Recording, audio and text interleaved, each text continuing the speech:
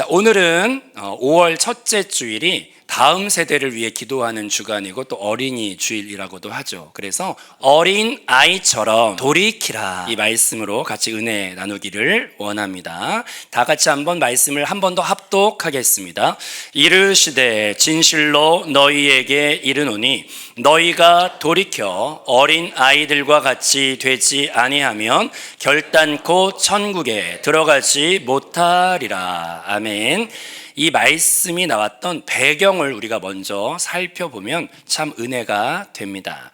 저게 18장에 적혀 있는 말씀인데 16장부터 한번 살펴보겠습니다. 16장에 등장하는 사건은 베드로가 예수는 그리스도시요 살아계신 하나님의 아들입니다 라고 자기 머리에서 깨달아 고백한 게 아니라 하나님께서 지혜와 계시의 영으로 성령을 통하여 베드로가 감히 할 수 없는 고백을 하게 하셨던 사건이 바로 마태복음 16장에 나와요. 그래서 놀라운 지혜의 깨달음을 경험했던 것이 16장인 것을 먼저 우리가 이해해야 할 줄로 믿습니다.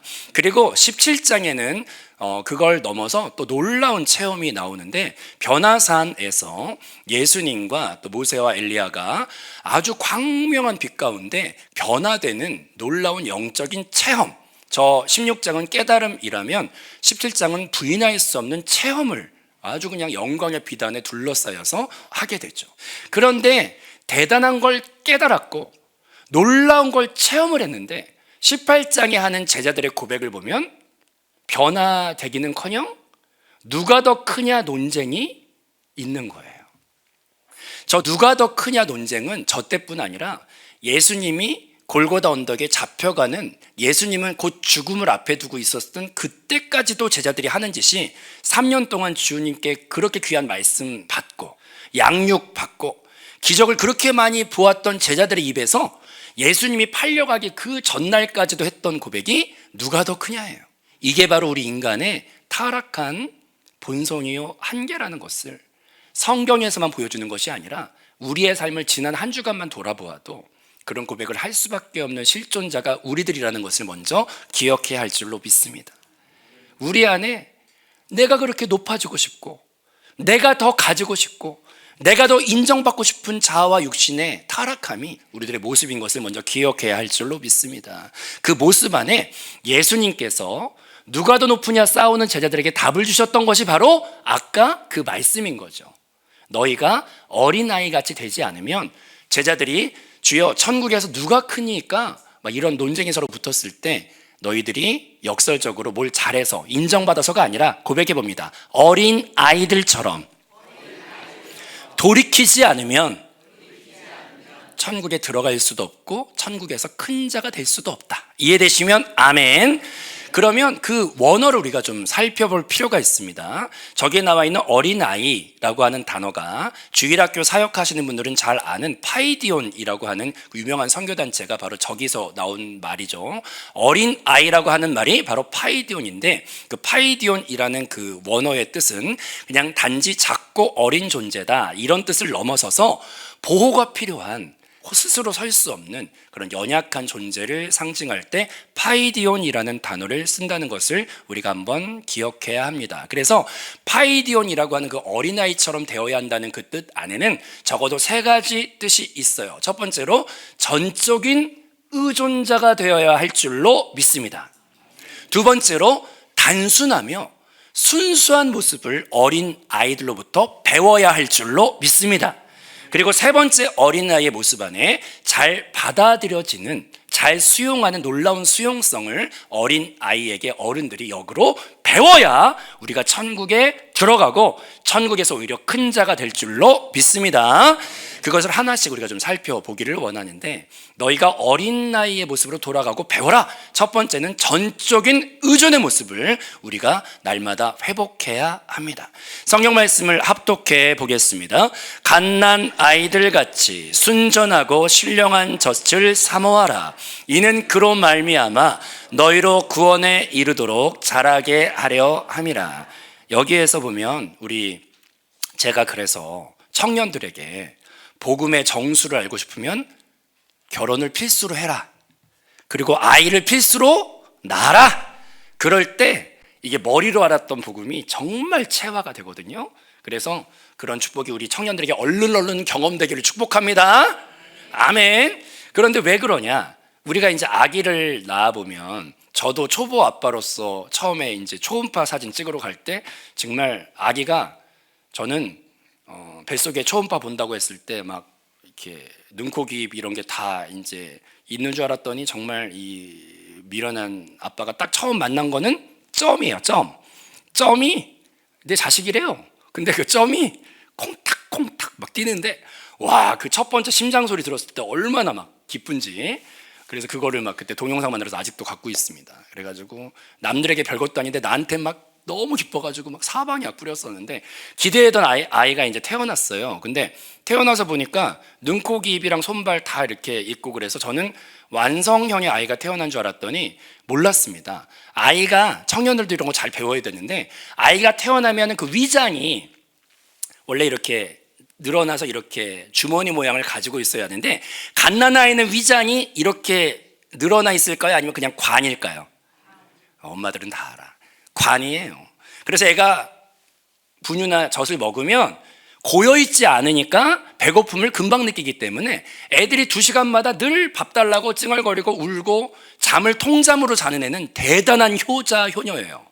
기본적으로 관인데, 그게 100일이 최소한 지나야 하고 1년 돌이 지날 때, 그럴 때 이제 늘어나서 이제 포만감을 느낄 수 있는 위장으로 준비된다는 것을 상식으로 우리가 알면 좋겠죠. 이해되시면 아멘. 그런데 그래서 어린아이라고 성경에서 표현된 것은 필수적으로 날마다 그 부모와 의존 관계가 떨어져서는 그냥 그건 죽는 것과 마찬가지죠. 울 때 스스로 먹을 수도 없어요. 울 때 누군가 와서 물려줘야 하고 먹여줘야 하고 2시간마다 날마다 찾아야 하고. 따라해 보겠습니다. 절대 의존. 절대 의존. 절대 의존이 아이에게는 가장 기본이고 가장 그것이 생존의 유일한 것이에요. 그런데 우리가, 주님께서 우리를 바라보실 때 주님은 포도나무가 되시고 우리가 가지이기 때문에, 우리의 생명은 무엇입니까? 우리의 승리는 무엇입니까? 우리의 생존은 무엇입니까? 포도나무 되신 주님께 날마다 붙어 있어야, 날마다 연결되어야, 모든 범사에 주님 없이는 아무것도 할 수 없다는 그런 주님을 향한 적극적인 의존의 마음을 가진 자들만이 생명이 된다는 것을 신앙의 원리 안에서 다시 한번 회복해야 할 줄로 믿습니다. 그런데 죄라고 하는 것이 스스로 하나님이 되고 스스로 독립되게 살려고 하는 그 죄가 우리 안에 들어옴을 통하여, 처음에는 에덴 동산에서 날마다 주님과 교통하고 주님의 얼굴을 날마다 배웠고 살았던 우리가, 죄가 들어와 우리 안에 세상 문화 안에서 독립성이 강할수록, 혼자 자랄수록 세상의 가치관은 더 뛰어나다는 혼돈한 가치관 속에 한복판을 우리가 살아가고 있지만, 신앙과 성경은 분명하게 말합니다. 너희가 나를 떠나서는 아무것도 할 수가 없느니라. 스스로 살지 말고 스스로 머리가 되지 말고 범사에 따라 영의 인도를 받는 자가, 또 목자의 인도를 받는 양이, 성경은 한결같이 말하는데 그것이 끊어지면 사망의 구렁텅이로 가요. 우리는 날마다 절대 의존, 절대 생명, 절대 연합, 그것의 마음을 날마다 어린 아이에게서부터 배울 수 있는 저와 여러분 되기를 축복합니다. 그런데 이건 우리 입장에서의 마음이지만, 여기서 하나 더 마음을 만나야 되는데 합독해 보겠습니다. 여호와는 말의 힘을 즐거워하지 아니하시며 사람의 다리도 기뻐하지 아니하시고, 여호와는 자기를 경외하는 자들과 그의 인자하심을 바라보는 자들을 기뻐하시는도다. 어린아이 차원에서 부모를 의존하는 것은 생명관계예요. 그런데 여기서 한 가지 마음을 더 만나야 되는데, 사실 아이에게 엄마가 필요하죠. 근데 그 엄마한테 그 자녀는 그 아이의 간절한 마음보다 더 큰 사랑으로 그 자녀를 바라본다는 것을 만나야 할 줄로 믿습니다. 한시도 그 부모는 그 아이를 잊을 수가 없어요. 제가 그 여성들만 있는 곳에 가서 한번 이렇게 세미나 같은 걸 하다가 물어봤어요. 여러분, 육아와 출산이 쉽습니까? 어렵습니까? 만장일치로 어려워요! 그러더라고. 그래가지고 내가 해산의 고통과 그 모든 육아의 고통을 이쪽 양팔 저울에 올려놓고 아이를 볼 때에 느끼는 그 보람과 기쁨을 이쪽에 올려놓을 때 어떤 게 더 큽니까? 한번 물어봤더니 모든 엄마들이 저를 동시에 노려보며 질문 같은 걸 질문을 해라 뭐 이런 식으로. 여러분 어떻게 될 것 같아요? 고생이 더 큽니까? 기쁨이 더 큽니까? 만장일치로 기쁨. 이게 비교가 안 됩니다.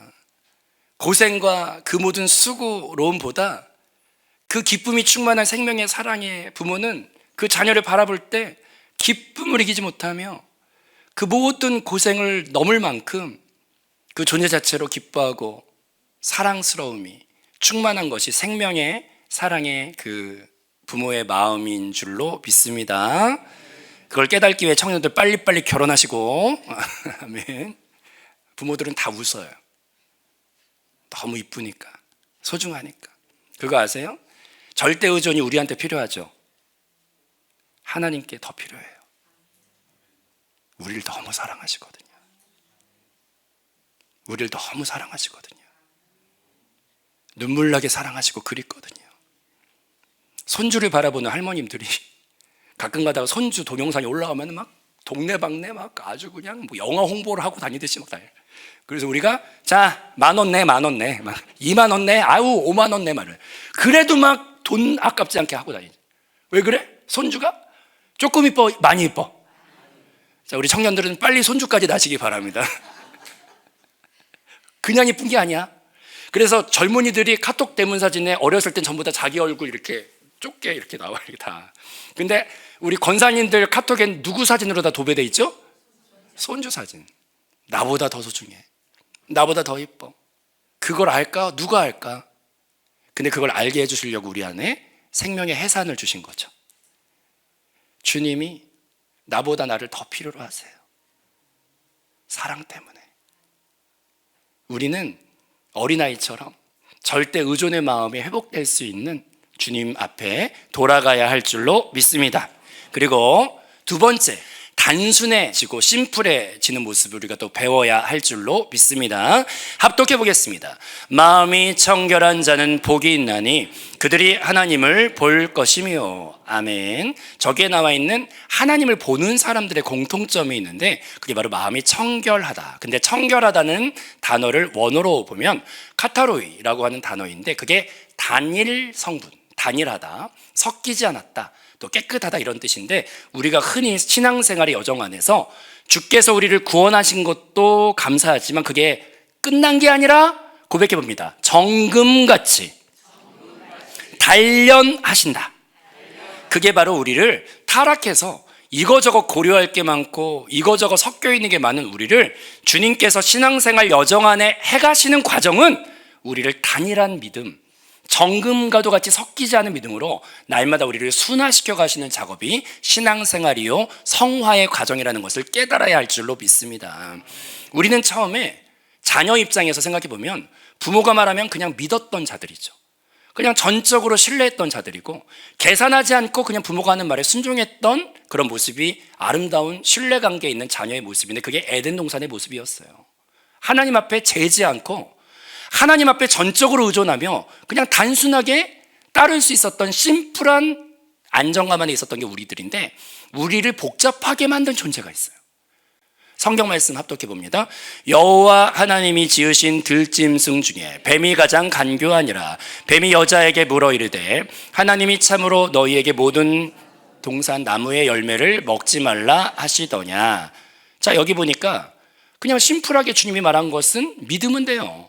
먹지 말라 하면은 어기면 죽는다. 신앙은 복잡한 게 아니에요. 심플한 거예요. 근데 뱀이 삐집고 들어와 우리 안에 죄라는 걸 집어넣고 의심이라는 걸 집어넣고 합리적인 어떤 거를 집어넣으면서 복잡해지기 시작한 게 그거 정말이야? 왜 안 돼? 먹어도 안 죽어. 오히려 하나님처럼 될걸? 심플함의 구조가 누군가에 의하여 복잡해지고 꼬이고 고려할 게 많아지게 되었는데 사랑받는 자녀는 의외로 심플해요. 그리고 그냥 기쁘게 순종하죠. 근데 거기서 고아의 영을 가진 내가 스스로 머리된 존재들은 한 번 더 의심하고 한 번 더 점검하고 한 번 더 그렇게 살아가는데 이게 하나님의 가치관이 아니에요. 복잡한 생각을 집어넣고 고려할 게 많아지는 고아의 영을 불어넣어 분리된 불안함 가운데 그렇게 만들게 하는 존재가 누굽니까? 사탄이에요. 믿음의 역사는 현장에서도 이런 것들이 경험될 때가 많은데, 성령께서 임하시고 성령께서 나를 회개시키시거나 성령께서 뭔가 하려고 할 때, 그때 심플하고 순수한 분들은 그냥 그 안에 들어가 버려요.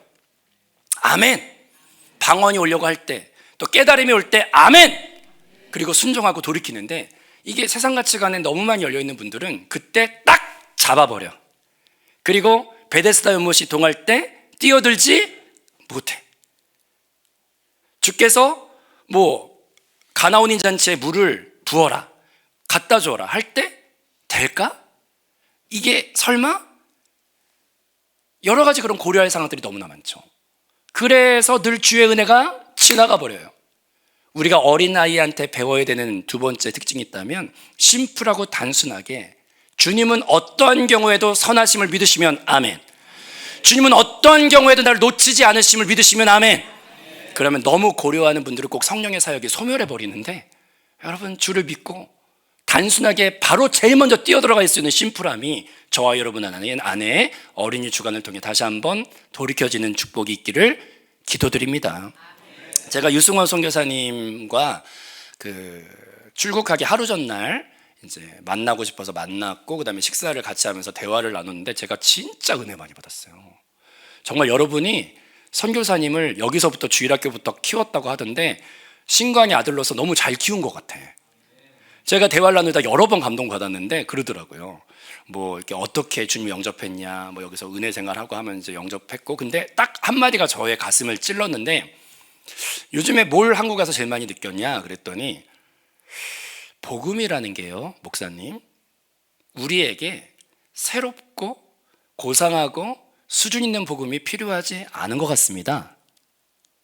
복음은 이미 알고 있는 것이고, 복음은 이미 명료한 것입니다. 새로 알아야 될 복음이 필요한 게 아니라, 우리에겐 그 복음을 단순하게 실행하는 게 필요한 것 같다. 뭘 그렇게 재냐, 뭘 그렇게 고려할 게 많냐. 복음의 능력은 이미 아는 복음을 향해 내가 뛰어드는 심플함이 있어야 하는데, 특히 선진국이 될수록 그렇게 재요. 그렇게 고려해. 그래서 안 되겠는 거지. 그래서 유승훈 선교사님이 제일 좋아하는 성경이 야고보서예요. 야고보서는 행함의 복음이거든요. 밥 먹다가 나 얹히는 줄 알았어, 그 얘기 듣다가. 너무 깊은 말을 하잖아요.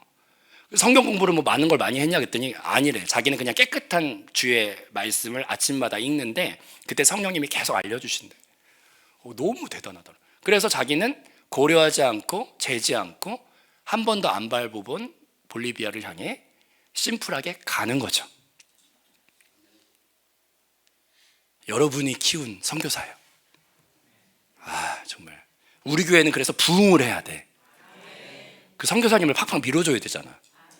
여러분 축복받으셔야 돼. 선교지를 위해 축복의 통로가 되셔야 되잖아. 우리에게 새로운 복음이 필요한 게 아니에요. 고려하고 있는 내가 믿음으로 뛰어드는 일이 더 중요하죠. 자, 세 번째로 따라해봅니다. 받아들이라. 합독해 보겠습니다. 너희가 진실로 너희에게 이르노니 누구든지 하나님의 나라를 어린 아이와 같이 받들지 않는 자는 결단코 그곳에 들어가지 못하리라. 근데 저기에 중요한 단어가 받들다라는 뜻이에요. 근데 그 받들다라는 원형이 데코마이라는 것인데, 저게 그냥 받들다가 물건 받다라는 뜻이 아니라 인격적으로 기쁘게 맞아들이다, 환영하다, 웰커밍. 그래서 인격적으로 기쁘게 맞아들이는 거. 그래서 요즘에 이제 강아지들을 많이 키우는 이유가, 강아지들이 주인 왔을 때 얼마나 기쁘게 영접을 합니까? 제가 강아지 시추 여러 가지 봤는데, 그 중에서 코카스파니엘이라는 강아지를 한번 봤는데, 코카스파니엘 강아지 아셔요? 갈색에 막 이렇게 웨이브 있고 막 이래요. 근데 그 강아지는 잠시도 기쁨을 이기지 못하고 주인이 인기척만 하면 막 이러면서 막 엄청 막 기뻐서 어쩔 줄을 몰라. 근데 주인 딱 들어왔을 때 마냥 막 기뻐 주고 강아지가 그런 웰컴을 받으면은 주인이 얼마나 기쁘겠어요. 근데 어린아이들이 저래요.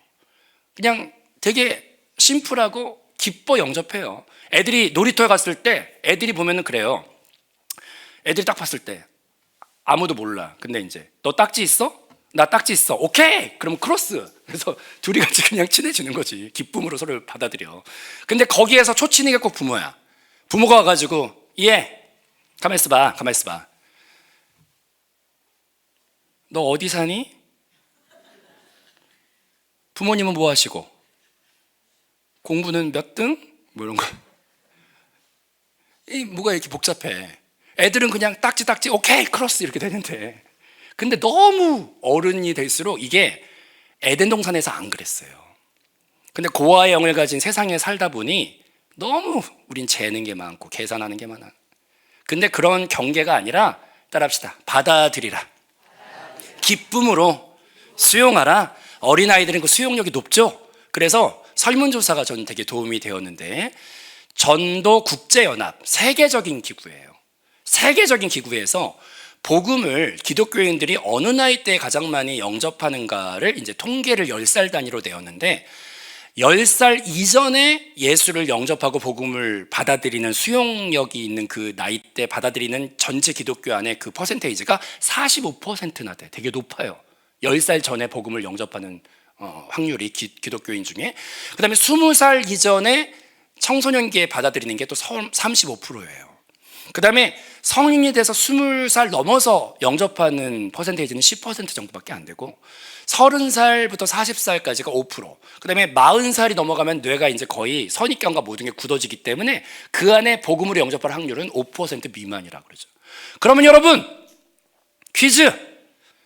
성인이 되기 전에 복음을 영접할 확률이 45 더하기 35는 80. 안 돌아가던 머리를 계속 굴려가지고 이제 80이야.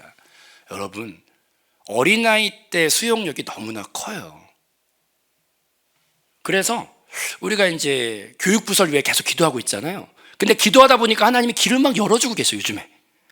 그래서 이 지역사회 안에 교육부설 어떻게 살릴까 하는데, 갑자기 우연히 한동대학교에서 교수님과 그 어떤 그룹이 요즘에 다음 세대가 교회에서 많이 줄어드는 것을 되게 안타까워하면서 새로운 합법적인 것들을 개발을 하셨는데, 교회가 일주일 동안 교회가 놀고 있는데, 그때 요즘에 맞벌이 부부들이 많기 때문에 그 자녀에 대해서 되게 고민이 많아요. 근데 믿고 신뢰할 수 있는 곳에 그 자녀들을 어떻게 좀 도움을 받고 싶어 하는 게 요즘 현대 부모들의 공통사인데, 그걸 한동대에서 그걸 법적으로 뚫어내셔가지고 교회에서 합법적으로 그 아이들 방과 후에 교회에서 그들과 함께 할 수 있는 그런 것들을 법적으로 제도적으로 프로그램적으로 개발을 너무 잘 해놓으셨는데, 초기 세팅할 때 돈을 안 받겠대. 선교적인 측면에서. 그래서 구청과 어떻게 해서 뚫어내고, 또 구청에서 요즘에는 그 이런 교회와 협력하여 작은 도서관 제도 같은 것들도 무상으로 막 이렇게 세팅을 해주고, 거기 일하는 사람 월급도 주고, 또 키즈 카페 같은 거를 구청이나 이런 데서 교회에다가 공사 다 해주고, 거기서 봉사하는 일꾼 직업 창출 돈도 주고, 이런 것들을 막 하고 있어가지고 저희가 전번 주부터 급하게 탐방을 다녔는데, 거기서 만족도가 되게 높아요. 그리고 거기에 신자의 자녀들이 한 50% 정도 모여오고, 불신자 자녀들도 한 50% 정도 오는데, 거기서 날마다 듣던지 아니 듣던지 교회이기 때문에 짧게 10분 정도씩 꼭 찬양하고 예배드리고 기도하는데, 여러분 그거 아세요? 어린 나이 때 이렇게 한 번이라도 예수를 영접하고 기도하고 교회 문턱을 부활절 계란 먹으려고 한번 왔던, 성탄절에 자매랑 손잡고 찬양하려고 왔던, 또 성경학교 때 간식 먹으려고 왔던지 간에 주일학교 그런 시절에 한 번이라도 교회를 왔던 친구들은 나중에 인생이 힘들었을 때 다시 그 따뜻했던 교회를 기억하고 돌아갈 확률이 아주 높아요. 우리가 가만히 앉아있으면 아무 일도 안 일어나. 근데 뜻을 가지고 기도했더니 하나님이 막 방법을 보여주시고 열어주시고 막 그러고 있어요. 그래가지고 더 잘한다는 교회를 이제 전번 주도 갔다 왔는데, 이번 주에 더 최고로 잘하는 교회를 이번 주 목요일에 또 탐방을 가요.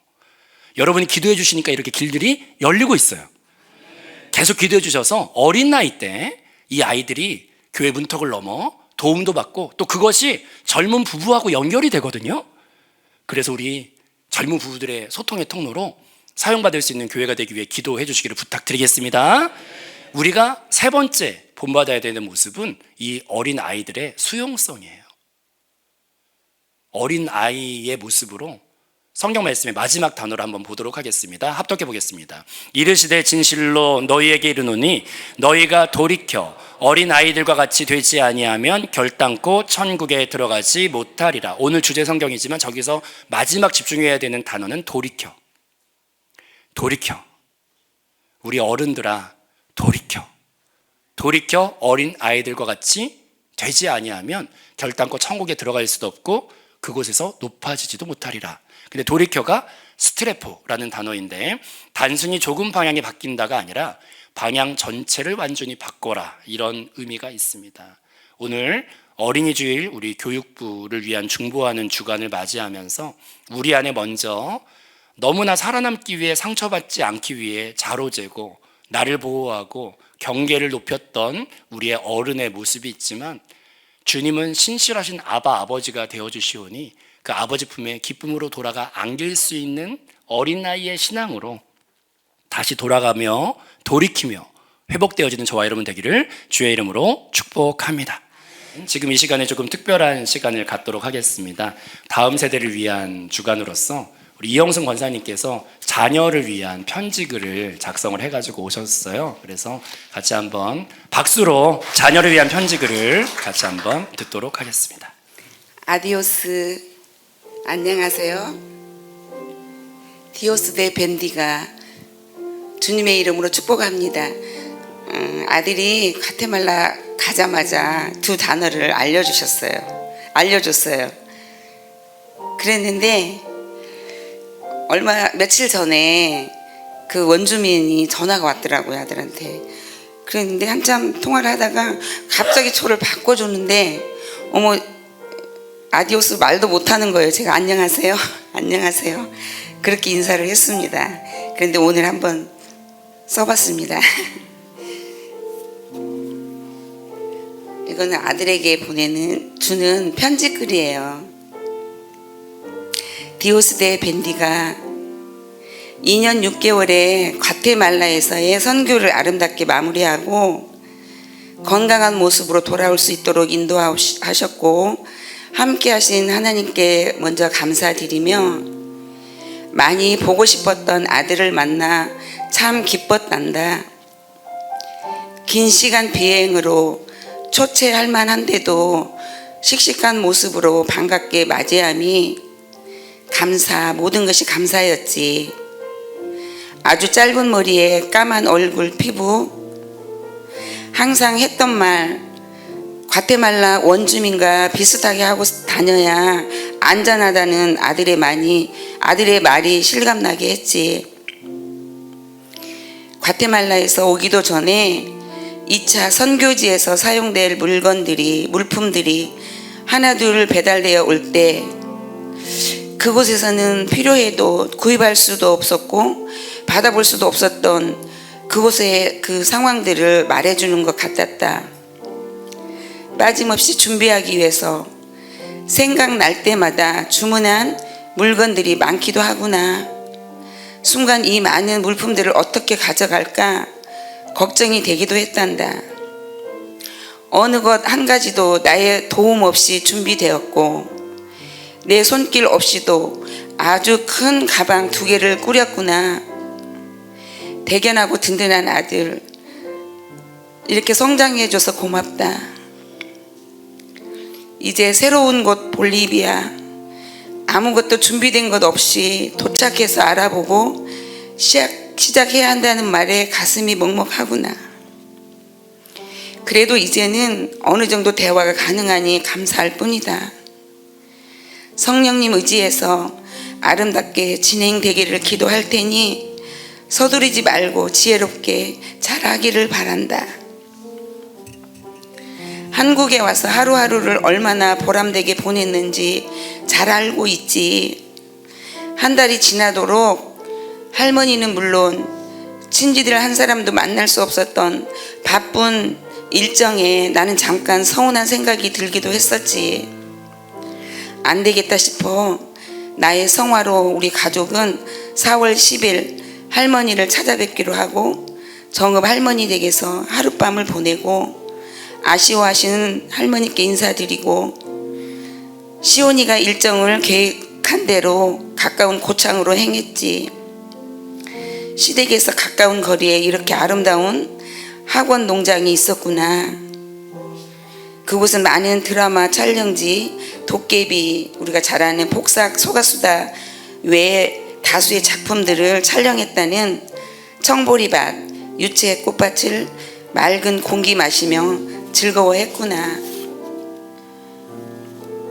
근처에 90호 또 항을 둘러보고 맛있는 점심을 먹고 사진도 찍고. 그런데 온 가족 사진은 몇 장 없어서 아쉽다. 행복한 하루 봄날의 가족 여행이 오래 기억될 것 같구나.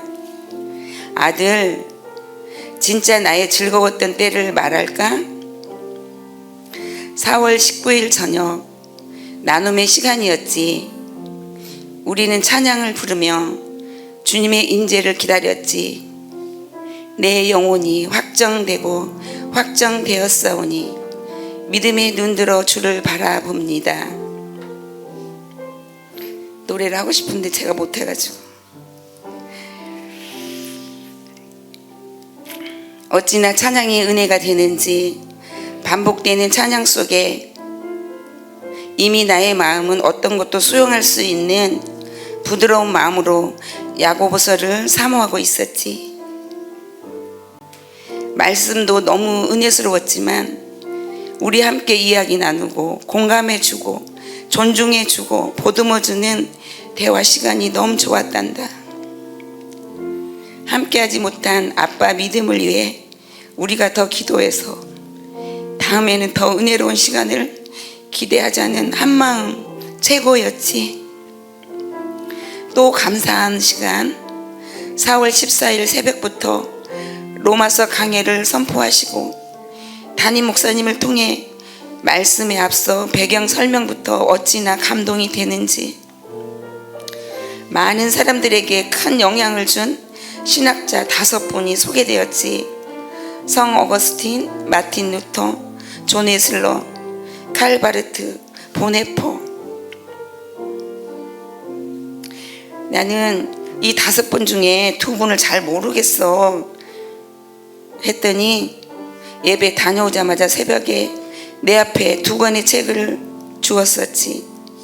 책꽂이에 있었지만 나는 있는지도 몰라서 또 읽지도 못했구나. 덕분에 칼 바르트, 보네포, 이대하신 2분을 조금 알게 되어 흐뭇했단다. 책꽂이에 있는 책들 한 권 한 권 읽도록 할게. 아마도 우리 목사님은 로마서 강해 거의 1년은 걸리지 않을까? 복음의 정수라고 강조하시는 로마서를 선교사와 함께 말씀 듣게 되어서 기쁘고 행복하구나. 새벽마다 생각이 많이 날 것 같구나. 사도 바울의 전도 여행 여정과 많은 공감을 느낄 텐데 큰 힘이 되었으면 좋겠네. 우리 성도님들의 끊임없는 기도와 후원 늘 생각하며 함께 기도도 부탁해. 5월 1일 월상 예배를 통해 사도 바울의 고백이 우리의 고백이 되기 위해 크게 외쳐보고 싶구나. 예수 그리스도의 종 유승호는 선교사로 부르심을 받아 하나님의 복음을 위하여 백정함을 입었으니 그 부르신 자 예수 그리스도의 뜻을 볼리비아에서 아름답게 펼칠 수 있도록 성령님 도와주시옵소서. 2026년 5월 아들을 사랑하는 엄마가.